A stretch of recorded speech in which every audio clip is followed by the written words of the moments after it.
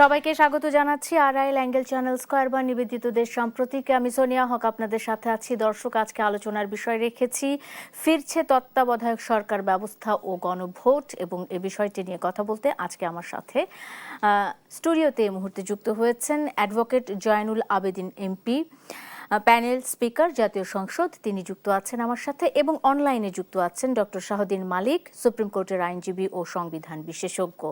দুজনকেই স্বাগত জানাচ্ছি এবং আলোচনা শুরু করতে চাই। আমি আলোচনাটা স্টুডিও থেকেই শুরু করতে চাই।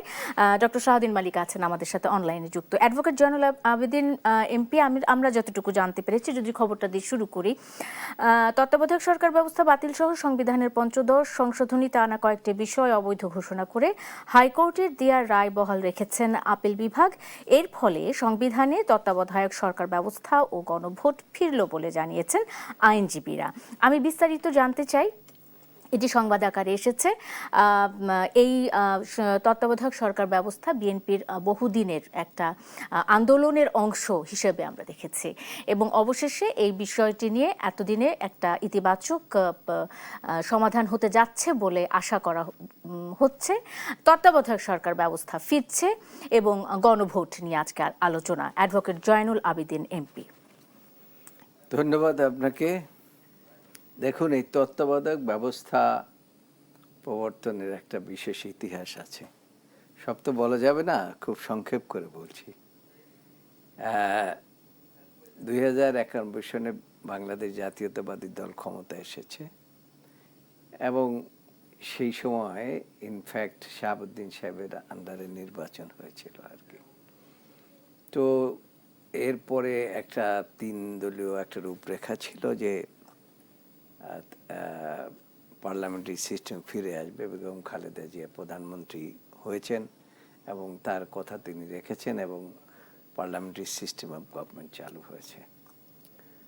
তো ইন দি মিন টাইম 2096 সনে, আমি খুব সংক্ষেপ করে বলছি,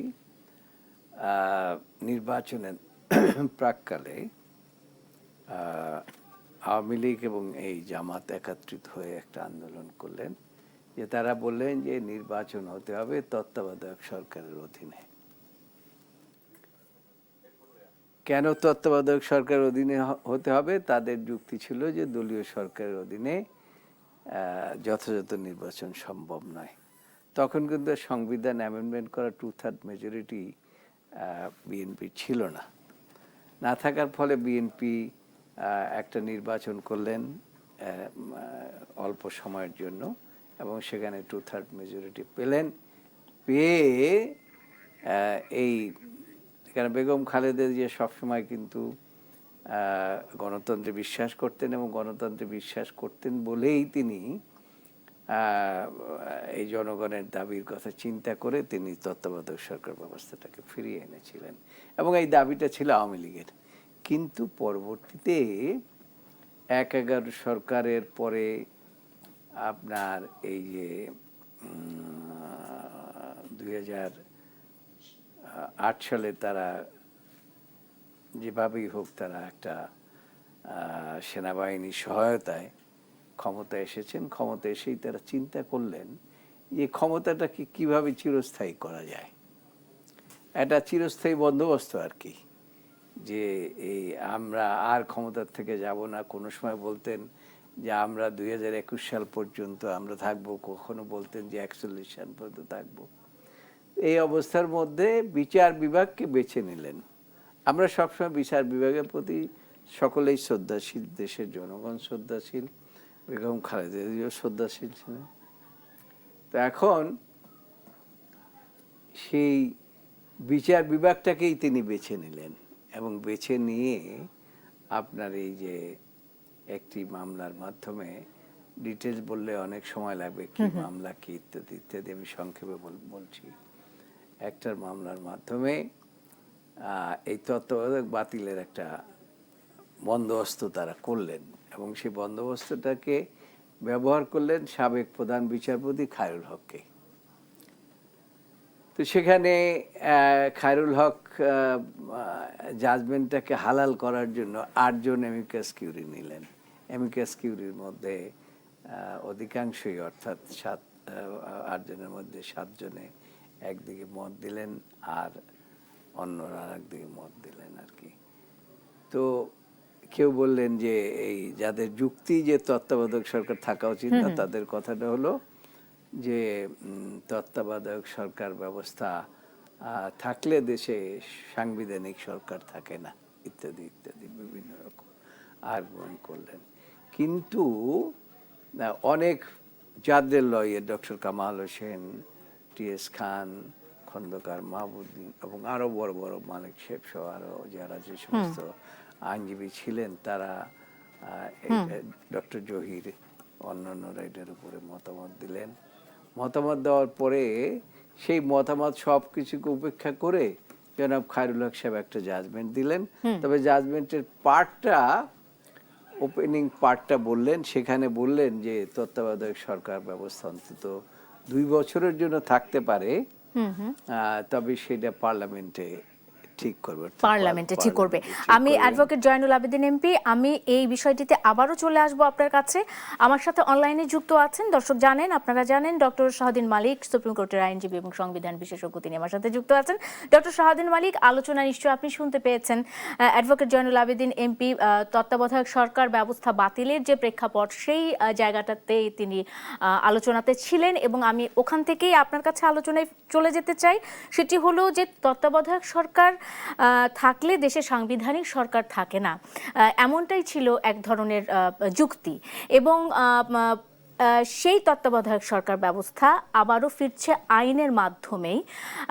তো সেক্ষেত্রে এর সুবিধা কিংবা অসুবিধা, এই বিষয়গুলো নিয়ে যদি আলোচনা করতে চাই, জানতে চাই আপনার কাছে ডক্টর শাহদ্দিন মালিক। দেখেন, জয়নুল আবেদিন ভাই যা একটু আগে যে বলছিলেন যে ওই মামলার রায়ে ওই 8 জন শীর্ষ আইনজীবীকে ডাকা হয়েছিল তাদের মতামতের জন্য, এবং যে জয়নুল আবেদিন ভাই যেটা বললেন, ডক্টর কামাল হোসেন, ডক্টর আমিরুল ইসলাম শীর্ষস্থানীয় যারা ছিলেন 8 জনের মধ্যে 7 জনই বললেন তত্ত্বাবধায়ক সরকার বৈধ, তত্ত্বাবধায়ক সরকার এতে সংবিধানের সাথে কোনোভাবে সাংঘর্ষিক না। তার আগে হাইকোর্টেও যখন মামলা হয়েছিল, হাইকোর্টের 3 বিচারপতির মধ্যে 2 জন বিচারপতি বলেছিলেন যে তত্ত্বাবধায়ক সরকার ঠিক আছে। তো সবার মতামত উপেক্ষা করে ওই 4-3 সংখ্যাগরিষ্ঠের ভিত্তিতে, মানে খায়রুল হক সাহেব সহ আরও 3 জন তত্ত্বাবধায়ক সরকার অবৈধ বলেছিলেন, কিন্তু আরও 3 জন বিচারপতি কিন্তু বলেছিলেন না এটা বৈধ। এবং ওই রায়ের ফলে আমি যেটা দেখি যে আমাদের 55 বছরের ইতিহাসে আমাদের মানে ভালো রায় খারাপ রায় তো হবেই, কিন্তু সবচেয়ে খারাপ রায় যেটা আমাদের পুরো রাজনৈতিক ব্যবস্থাকে ধ্বংস করে দিয়েছে, এটা আমাদের নিকৃষ্টতম রায় হিসেবে আমি সবসময় বলেছি। এখন আমাদের সৌভাগ্য হলো যে এতদিন পরে হলো ওই রায় এবং রায়ের পরবর্তীতে রায়কে ধরেই সাথে সাথে 2011 সালের 30 জুন পঞ্চদশ সংশোধনী সংবিধানে করা হলো এবং তত্ত্বাবধায়ক সরকার উঠিয়ে দেওয়া হলো। এটা ওই রায় এই তত্ত্বাবধায়ক সরকার ব্যবস্থাকে উঠিয়ে দেওয়ার জন্য পথ সৃষ্টি করে দিয়েছিল। এবং তারপরে ইতিহাসটা আমরা সবাই জানি যে তারপরে তার মানে নামে নির্বাচন হয়েছে, কিন্তু সত্যিকার অর্থে আর একটাও নির্বাচন হয় নাই এই মানে এই 13th সংশোধনী নির্বাচনের আগে।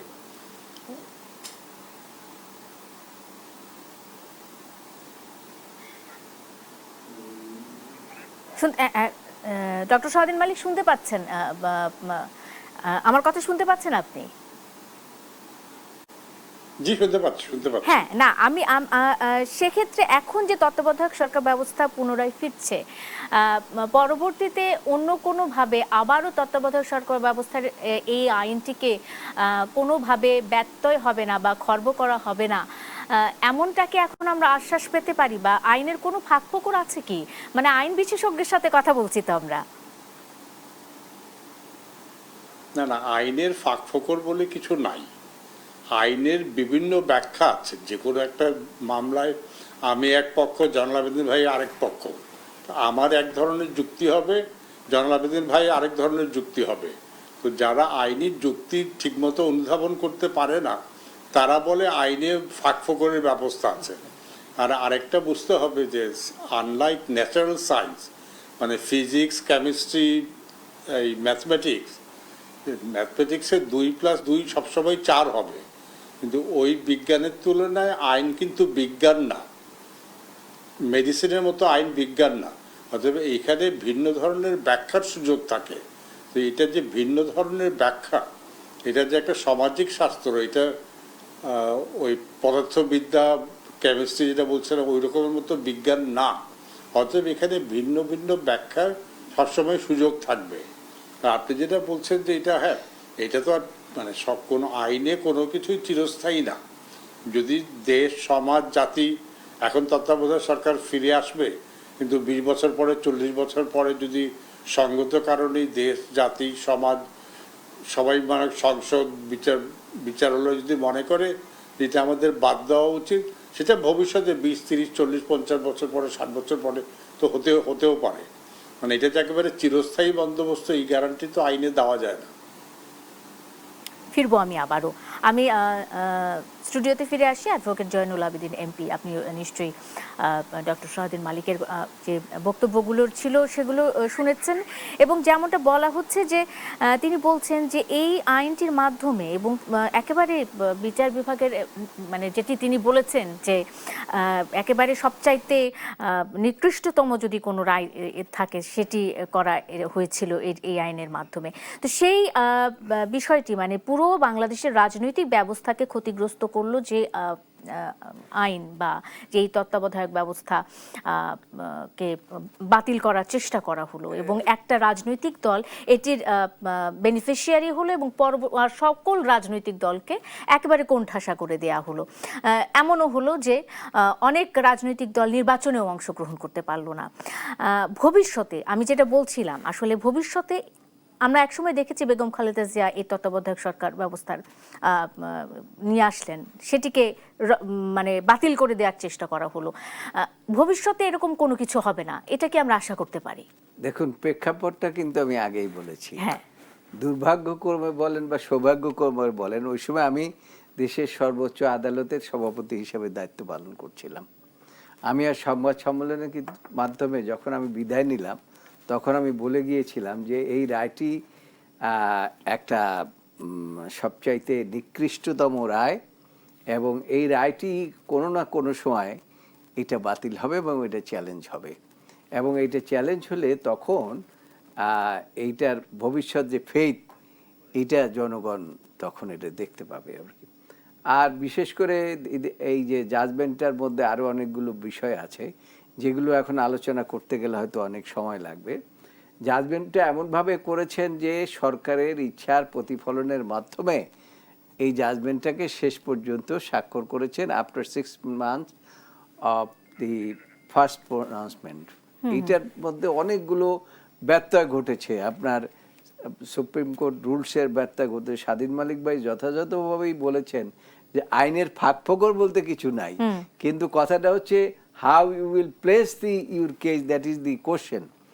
এখন এইখানে যেটা হয়েছে, আপনি বলছেন যে রাজনৈতিক দলগুলো অংশগ্রহণ করে নাই, এইটা করে নাই, সেটাই শুধু না, আপনি এই একটি ব্যবস্থা বন্দোবস্ত করে তারা হাজার হাজার মামলা মকদ্দমা দিয়ে একটি রাজনৈতিক দল, অর্থাৎ বাংলাদেশ জাতীয়তাবাদী দল সহ অন্যান্য যারা এই তত্ত্বাবধায়ক সরকারের বিরুদ্ধে কথা বলেছেন, সরকারের বিরুদ্ধে কথা বলেছেন, গণতন্ত্র ফিরিয়ে আনতে চেয়েছেন, তাদেরকে গুম করেছে, হত্যা করেছে, হাজার হাজার লোকজনকে জেলে পুরেছে, তারপরে হাজার হাজার লোকজনকে মৃত্যুবরণ করতে হয়েছে, অনেক চড়াই উতরাই হয়েছে এইটাকে নিয়ে।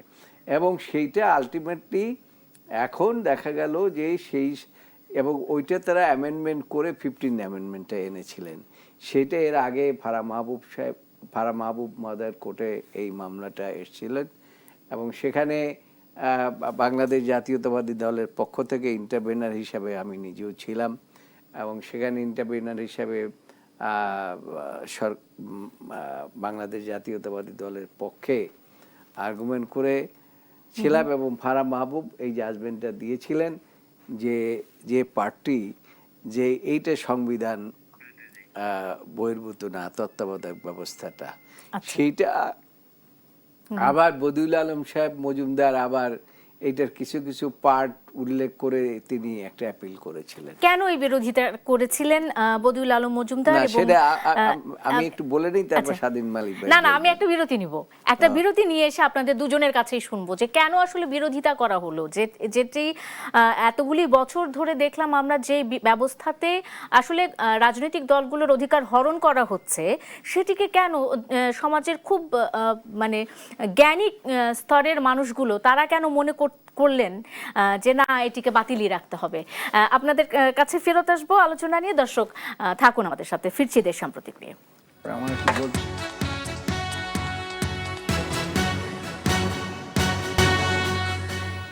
বিরতির পর স্বাগত আরেকবার। দেখছেন দেশ সাম্প্রতিক, নিবেদন করছে আড়াইল অ্যাঙ্গেল চ্যানেল স্কয়ারবার। সোনিয়া হক আপনাদের সাথে আছি। ফিরছে তত্ত্বাবধায়ক সরকার ব্যবস্থা ও গণভোট, এবং এই বিষয়টি নিয়ে কথা বলছেন আমাদের সাথে অ্যাডভোকেট জয়নুল আবেদিন এমপি এবং ডক্টর শাহদ্বীন মালিক। দুজনেই যুক্ত আছেন আমার সাথে। স্টুডিওতে আছেন অ্যাডভোকেট জয়নুল আবেদিন এমপি এবং ডক্টর শাহদ্বীন মালিক আছেন আমাদের সাথে অনলাইনে যুক্ত। আমরা কথা বলতে চাই দুজনের সাথেই, এবং যে বিষয়টা আমি রেখে গেছিলাম সেখান থেকে শুরু করি। অ্যাডভোকেট জয়নুল আবেদিন এমপি, সেটি হলো যে আমরা যতদূর জানি 2024 সালে সরকার পরিবর্তনের পর এই সংশোধনী বাতিলের নির্দেশনা চেয়ে হাইকোর্টে রিট করেছিলেন সুশাসনের জন্য নাগরিকের সম্পাদক ডক্টর বদিউল আলম মজুমদার সহ 5 বিশিষ্ট ব্যক্তি। চূড়ান্ত শুনানি শেষে ওই বছর 17 ডিসেম্বর রায় দেন হাইকোর্ট। রায়ে সংবিধানের পঞ্চদশ সংশোধনীর কিছু অংশ বাতিল ঘোষণা করা হয়। এর মধ্যে তত্ত্বাবধায়ক সরকার ব্যবস্থা বিলুপ্তি সংক্রান্ত পঞ্চদশ সংশোধনী আইনের 20 ও 21 ধারা সংবিধানের সঙ্গে সাংঘর্ষিক ও বাতিল ঘোষণা করা হয় হাইকোর্টের রায়ে।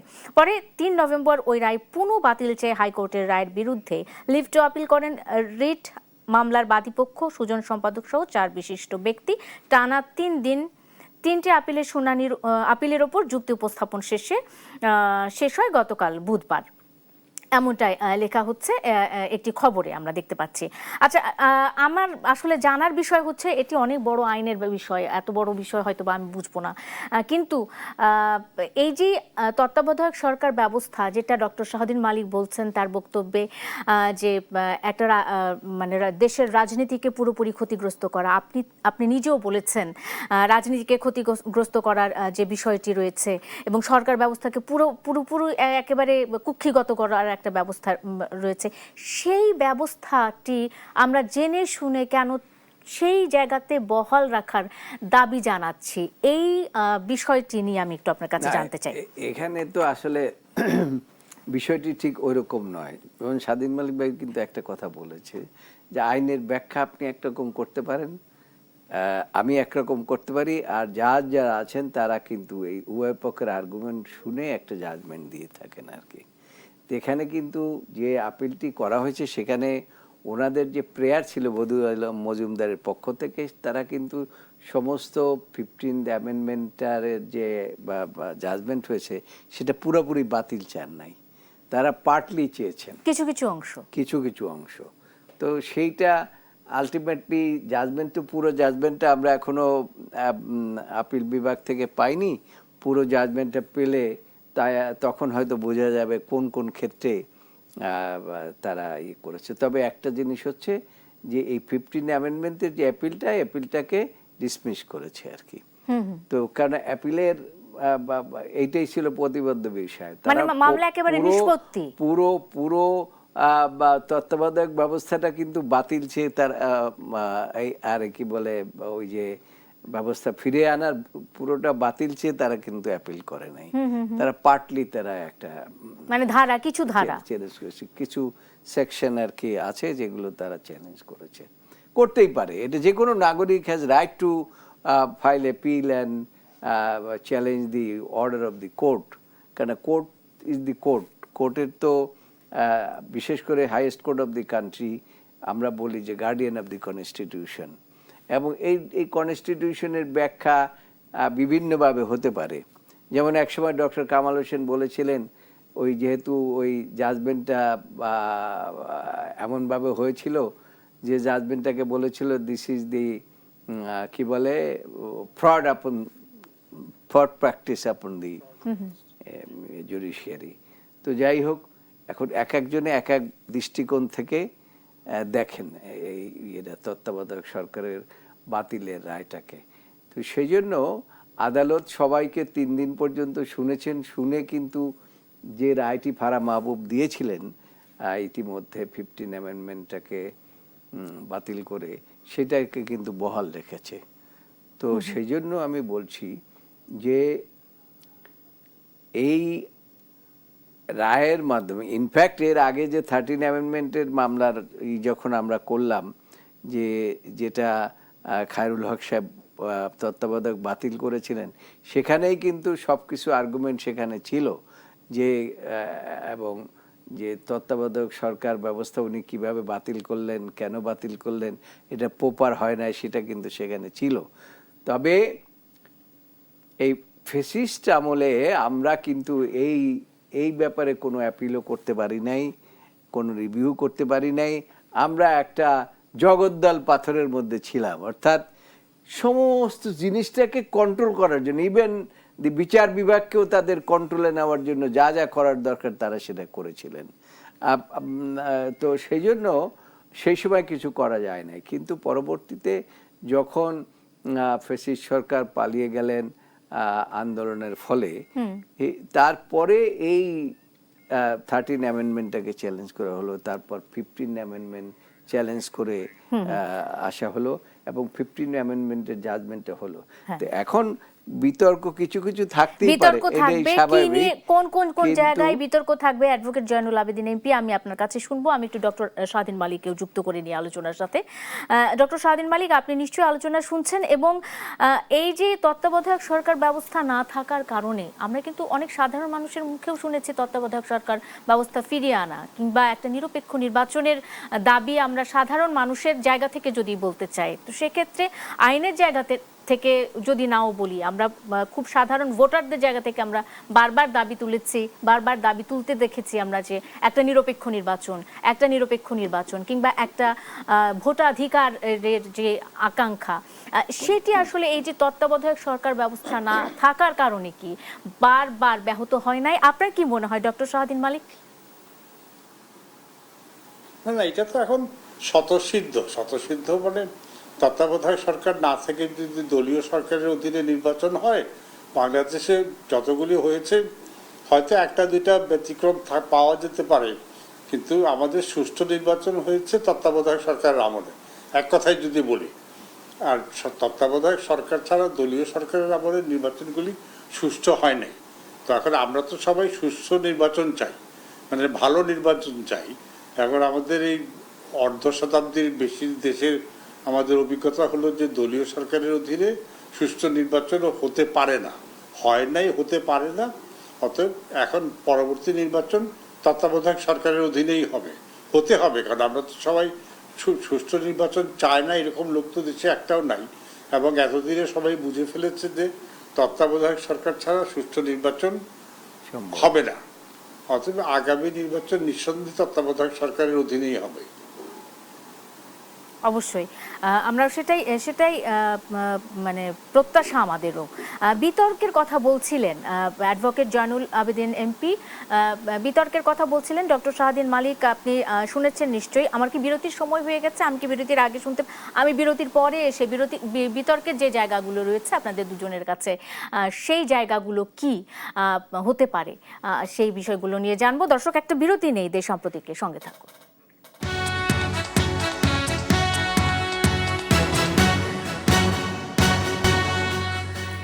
বিরতির পর স্বাগত আরেকবার। দেখছেন দেশ সাম্প্রতিক, নিবেদন করছে আড়াইল অ্যাঙ্গেল চ্যানেল স্কয়ারবার। সোনিয়া হক আপনাদের সাথে আছি। ফিরছে তত্ত্বাবধায়ক সরকার ব্যবস্থা ও গণভোট, এই বিষয়টি নিয়ে আজকে কথা বলছিলাম।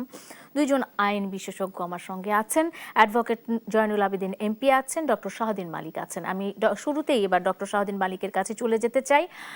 নিষ্পত্তি হলেও কিছু বিতর্ক থেকে যায়, এমনটাই একটা মন্তব্য করে অ্যাডভোকেট জয়নুল আবেদিন এমপি তার বক্তব্য শেষ করেছিলেন গত বিরতির পূর্বে। আপনার কাছ থেকে আমি এই আলোচনাটা শুরু করতে চাই যে আসলে বিতর্কগুলো কোন কোন জায়গায় থাকতে পারে বলে ধারণা করা যায়, কিংবা সুবিধা অসুবিধা। এখন তো তত্ত্বাবধায়ক সরকার ব্যবস্থা নিয়ে তো সকলেই জানবে, কারণ এখন বাংলাদেশের প্রত্যেকটা মানুষ রাজনীতি সচেতন, তাদের ভোটের অধিকার সচেতন। তাদের কাছে এখন তত্ত্বাবধায়ক সরকার ব্যবস্থাটাও পরিচিত করতে হবে একটা প্রজন্মের কাছে। তো সেক্ষেত্রে সুবিধা অসুবিধাটাও তুলে ধরার একটা প্রাসঙ্গিকতা রয়েছে। ডক্টর শাহদ্বীন মালিক, ওই বিতর্কের জায়গাগুলো শুনতে চাই এবং তত্ত্বাবধায়ক সরকার ব্যবস্থা ফিরে আসলে সেক্ষেত্রে সুবিধা এবং অসুবিধা যদি থাকে সেটি কেমন হতে পারে আপনার কাছে জানতে চাই ডক্টর শাহদ্বীন মালিক। এখানে তো বিতর্কের যারা ওই যে ডক্টর বদিউল আলম মজুমদার যারা আপিল করেছিলেন হাইকোর্টের রায়ের বিরুদ্ধে, তাদের অবস্থান ছিল যে হাইকোর্টে তারা পঞ্চদশ সংসদের জনাবেদিন ভাই যেটা বললেন যে প্রায় সম্পূর্ণটাই বাতিল চেয়েছিল।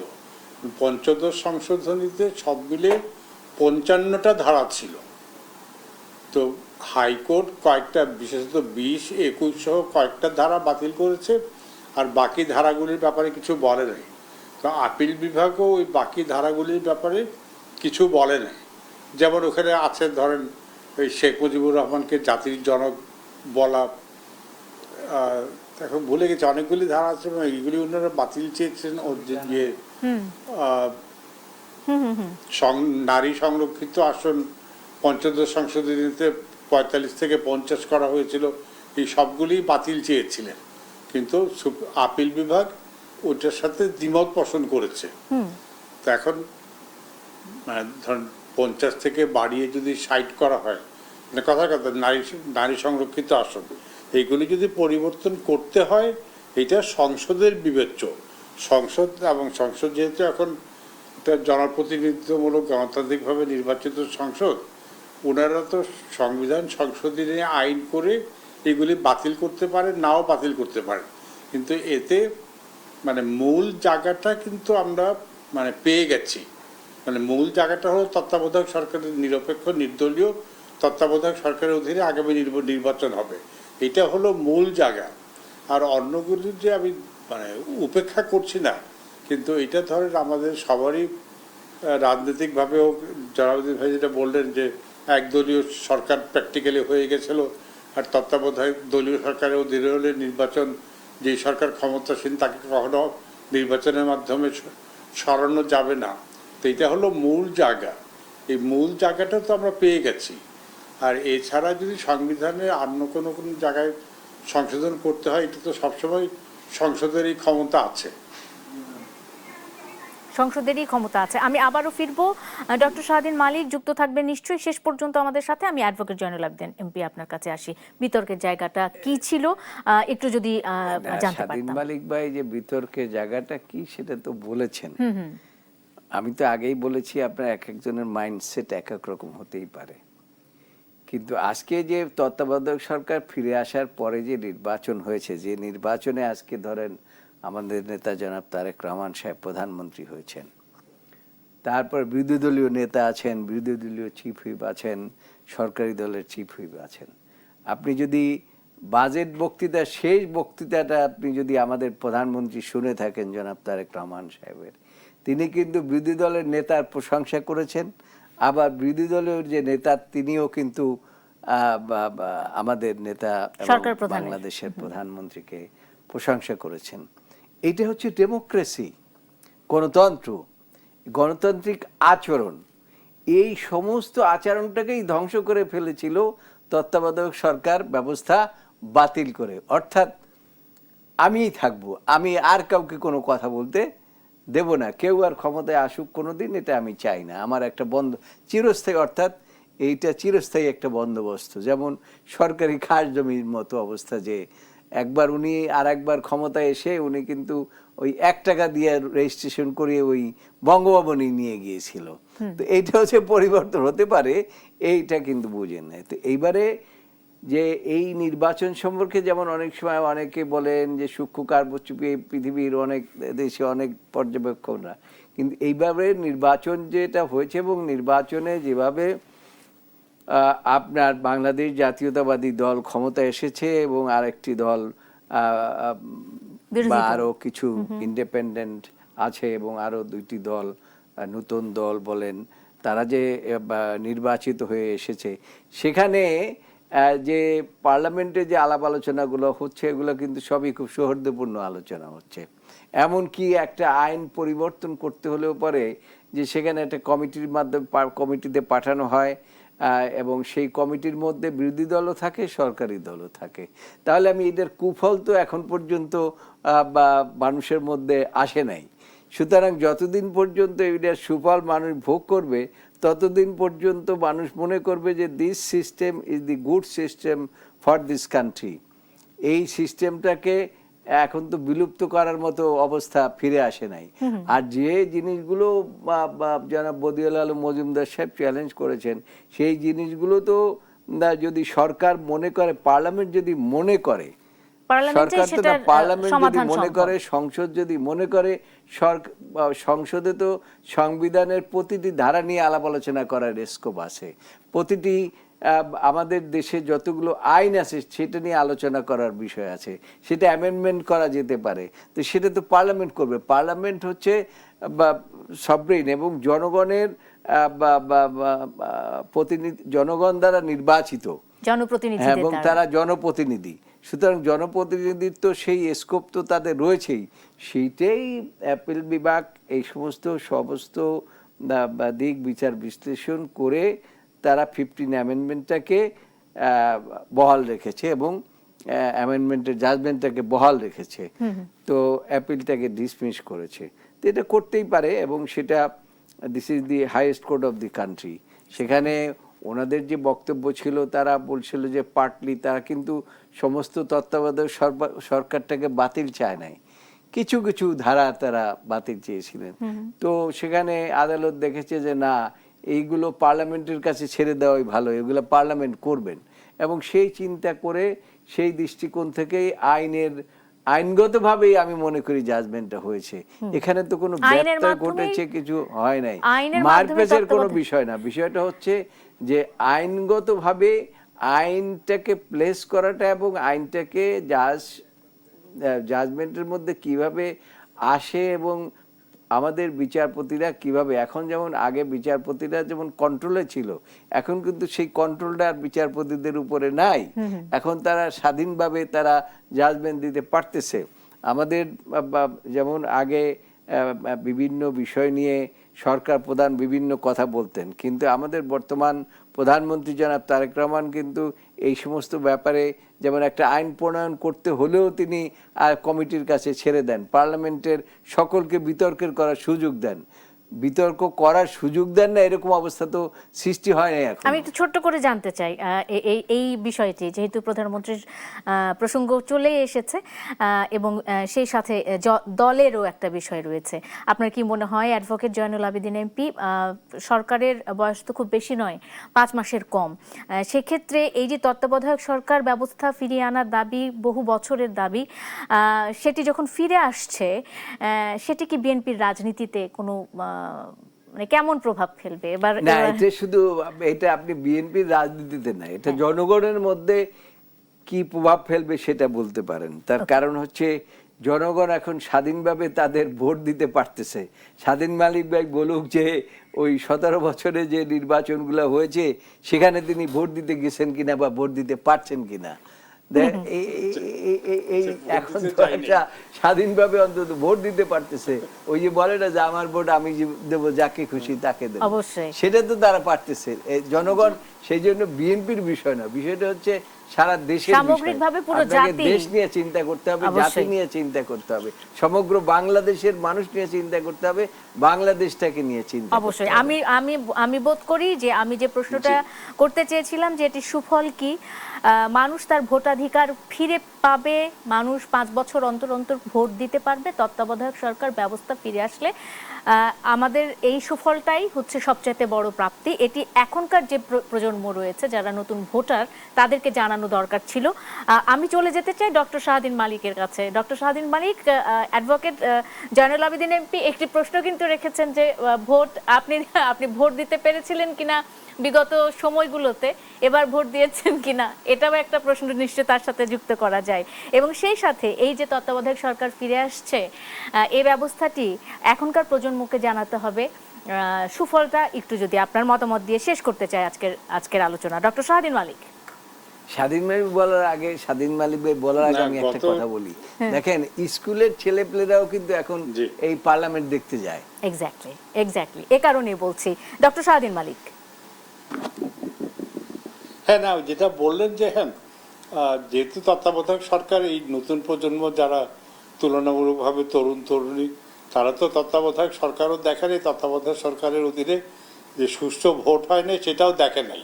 কিন্তু যেটা মানে সুষ্ঠু ভোট না দেখলেও, তত্ত্বাবধায়ক সরকার না দেখলেও তাদের রাজনৈতিক সচেতনতাটা অনেক বেশি। অতএব আমার মনে হয় যে তারা সবাই অলরেডি ইতিমধ্যে সম্পূর্ণ জেনে না গেলেও কিছু ধারণা হয়েছে, এবং আগামী কয়েক মাসের মধ্যেই তারা মানে এই সম্পর্কে তত্ত্বাবধায়ক সরকার যদি কারো কিছু বিন্দুমাত্র সন্দেহ থেকে থাকেও সেটা চলে যাবে। আমরা তো বারবার করে বলবো যে তত্ত্বাবধায়ক সরকারের অধীনেই সুষ্ঠু এবং স্বাভাবিক নির্বাচন হয়েছে, এবং এছাড়া দলীয় সরকারের অধীনে স্বাভাবিক সুষ্ঠু নির্বাচন হয় না। অতএব এইটা বুঝানো বা লোকের জানা বা এটাকে মেনে নেওয়া বা অ্যাপ্রিসিয়েট করা, এটা কোনো সমস্যা হবে বলে আমার মোটেও মনে হয় না। অসংখ্য ধন্যবাদ ডক্টর শাহদিন মালিক আপনার মন্তব্যের জন্য এবং মতামতের জন্য।